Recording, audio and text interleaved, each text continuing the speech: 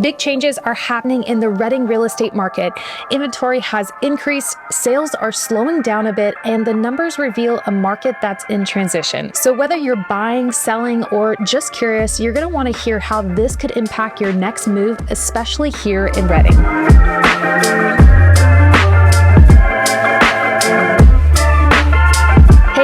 I'm Faith Barrett, your local guide to everything here in Reading.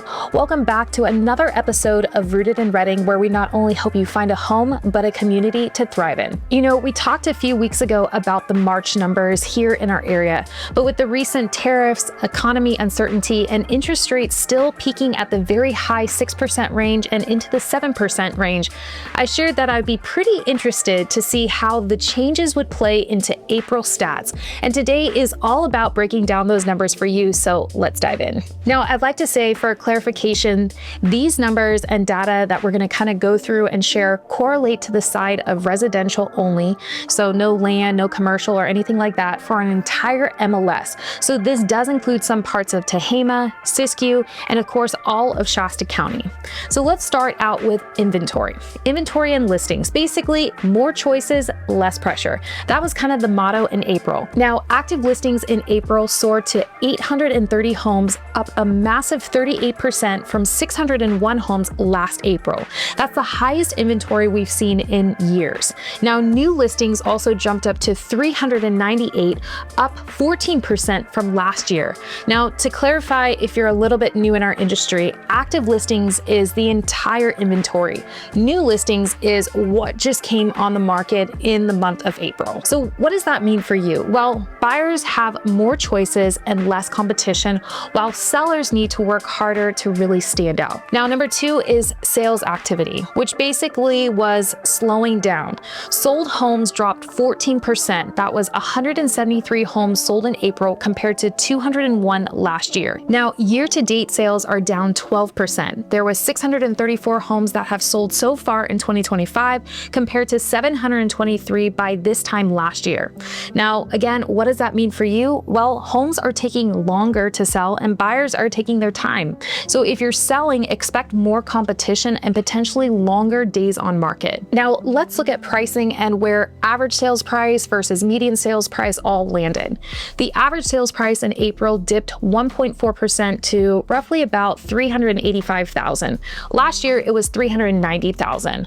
The median sales price rose 4.3% to $365,000 from $350,000 last year. Now, again, when we look at average median sales price, everybody looks at it a little bit differently. So while the average price is down, likely due to fewer high-end home selling, the median price is actually up, showing that there's stability in the middle of the market. So sellers at the top end may need to be a little bit more flexible, while entry and middle level homes remain in demand. Now, a few episodes ago, I shared kind of my opinion on median versus average sales price, and I tend to really focus on the median sales price because it gives a little bit more of a clearer data. So those average sales price, like I said, you can really get those high-end luxury price points that can really skew that percentage. So looking at the median sales price, it's actually kind of interesting to see that we're actually up. Now, the next thing we're going to look at is the average days on market. Now, that data rose to 91 days on market, up 7% from last year. Now, median days on market is now 64. Now, that was up 5%. But the most interesting thing is the absorption rate. Now, we talked about this a couple times in different episodes, that if we took the entire inventory over the market and we said, how many months would it take to sell? What would that number be at? So for the month of April, the absorption rate climbed to 4.38, up 38% from last year, meaning it would take over 4 months to sell all current inventory at the current pace. So again, when it's 0 to 3 months, and when we look at absorption rate, it's a seller's market. 3 to 6 months, it's a neutral market, and anything over 6 months of inventory is really a buyer's market. Now, some would argue in our current market, it definitely feels a little bit more like a buyer's market. You know, homes are sitting much longer, sellers are motivated, there's incentives, and so buyers can kind of come in and say, hey, like, you know, based on your days on market or based on the condition, I want the price to be X, and I also want these closing costs. However, I will say that that middle level market, the median sales price, where we're talking that being around the 365, 380 range, is still a really hot market for our area, because at the end of the day, there's not a whole lot of good inventory in that range. And when good inventory does come up, it does get a lot of attention, sometimes does get multiple offers. And so some people might say, oh, well, then it really is a seller's market in that price range. So at the end of the day, based on our data right now, we are really sitting in a neutral market. But I will say, being boots on the ground, it does feel like it's swaying a little bit to the buyer's market, depending on what price point you're in. Now, I thought it'd be a little bit interesting to break down what price range actually is moving. I mean, I gave you a little bit of a hint that that middle level price range, that 365, 389 price point, is really that hot ticket right now. So here's the data. The 350 to even a little bit close to 400,000 range was the hottest, with 34 homes sold in April. That was up 13% from last year.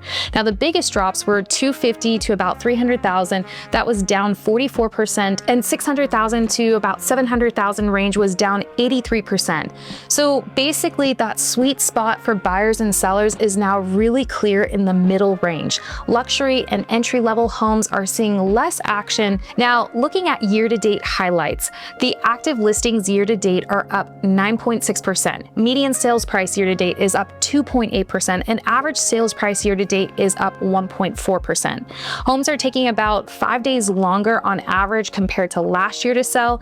And so basically, again, sellers, you got more competition and longer days on the market. So pricing your home right, doing the prep work, making sure that it shine is more important than ever. And also, who you hire definitely matters in this market, because long are the days that you just get to stick your house up on, Zillow, the MLS, and you get multiple offers. I mean, yes, there are price points that are definitely moving faster than others, but with days on market increasing, more inventory coming to the market, you have to have the right expert in your corner that knows how to expose your house properly, tell the story, and also help you prep that home to come on the market to make it look the best. So sellers, if anything, if you're thinking about selling your house in today's market and you have to make a move, make sure that you hire the right agent on your side. And for buyers, I like to say you finally have some more choices and you have more time to make decisions. I will say that affordability is still the number one question to buyers. How can I afford the house in today's market with the interest rates? But with a little bit more negotiating, sellers coming down in prices, or even giving seller credits, it can be achievable. And we've seen some really cool opportunities where buyers have won in this market. So before we wrap it up, let's take a look at what some of the biggest names in real estate forecasting are saying about where home prices might be headed nationally.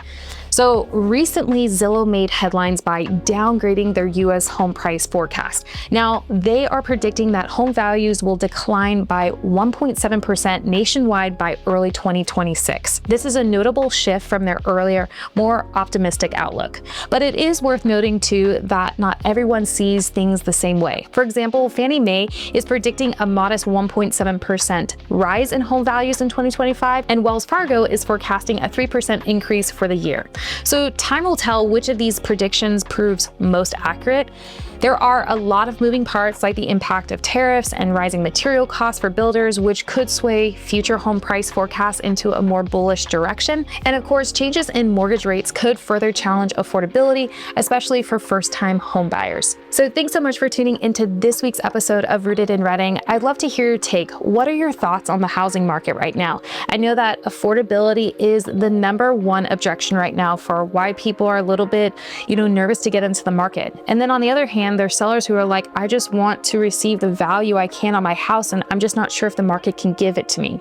There's a lot of uncertainty, and I totally understand that there's a lot to consider when making a move, whether you're a buyer, seller, or even investor. So if it's helpful, reach out to me, shoot me an email, shoot me a text. I'd love to hear your thoughts and help you navigate, especially if you have a situation that you're like, Faith, the market's the market, but I got to make a move, whether it's selling, buying, or investing. Because at the end of the day, there is always opportunity in any market. For example, my husband and I are currently building a new construction development.